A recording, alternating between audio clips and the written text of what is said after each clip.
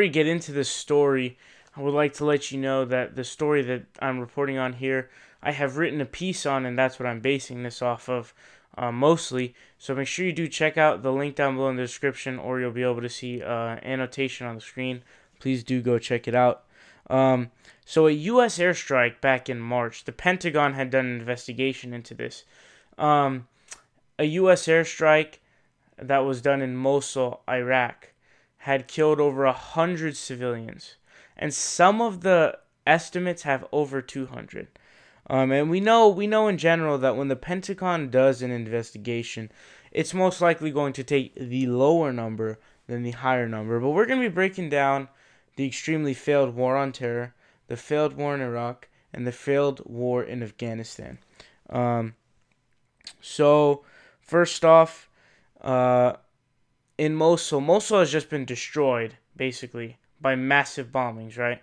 So, this idea that somehow that, like, Barack Obama was weak on, the Middle East or jihadis or whatever you want to call it, the dude dropped 26,000 bombs in only 2016.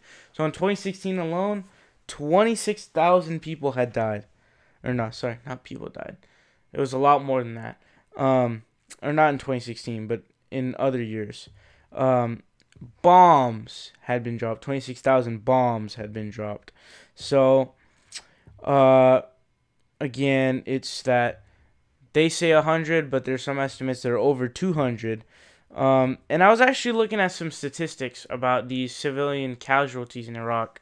And I found that from the source I was looking at, in 2014, there were over 20,000, and throughout from 2009 to 2016, it was a total of over 70,000. So this idea that somehow he's weak is total BS. Civilians have been dying over and over and over again in such high amounts, and it seems that Trump is lowering the requirements for the engagement rules, so it's less serious. Remember, they killed an 8-year-old Yemeni girl in Yemen, and the Navy SEAL died. Or a SEAL. I don't know if it's a Navy SEAL. I don't know how that works. But, first of all, of course, the invasion of Iraq led to the rise of ISIS because we destabilized the region, taking out the government. ISIS is now able to say, hey, guys, you want to join us? And they were the force there that came in and take over, because you make a vacuum, someone's got to fill that bitch. So we have a failed war on terror, a failed war in Iraq that completely backfired. There is nobody on the planet who can state that we are less safe with Saddam Hussein than we are with current ISIS, okay? Additionally, I touch on Afghanistan as well.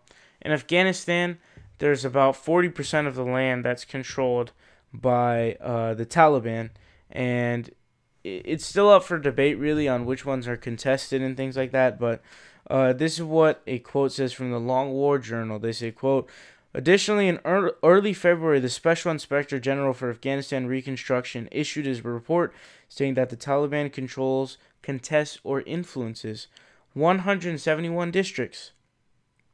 So, clearly what we have done has failed, because what it has led to is the further radicalization of people there, the massive racking up of deficits and debt in the United States, and the further militarization of the country, and more common amounts and more frequent amounts of terror attacks. If we keep bombing these people's countries, there's going to be way more people on their side, because every time you kill a civilian, that bomb that's dropped by the U.S., they're going to get extremely angry at the U.S. because you killed their family.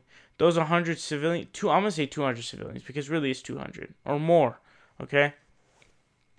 If that's your family member, who's the enemy to you, ISIS or the U.S.? Who killed your family? So, this whole thing is just terrible, and it's not working. We have to change it. We need to move to being more or less interventionist and figure out different ways of going about this, like maybe things like helping the Kurds. And we need to get, without funding non-existent moderate rebels, there are ways to combat it, like things like helping the Kurds who are actually going in and fighting them. And in certain areas, we don't need to be fighting. Like, for example, in Afghanistan. We took out Al-Qaeda, right, in Afghanistan. You have the Taliban, that's the government that's going to be there. People have chosen clearly. It's going to be there whether you like it or not. You can be there in war for 50 years. These people have. Afghanistan, there's no way you can take it over for good. That's the one country where it's practically impossible. Additionally, I think that we need to change what we're doing in terms of just bombing the shit out of them, because clearly it's not working. When something is not working, you need to change it or alter it, and now it's time for changing or altering our foreign policy in the Middle East, because it's clearly not working. What's up, guys? It's Sahil here. You guys are watching The Progressive Voice. Make sure you guys click subscribe down below. We're fighting Donald Trump tooth and nail, and we need your help.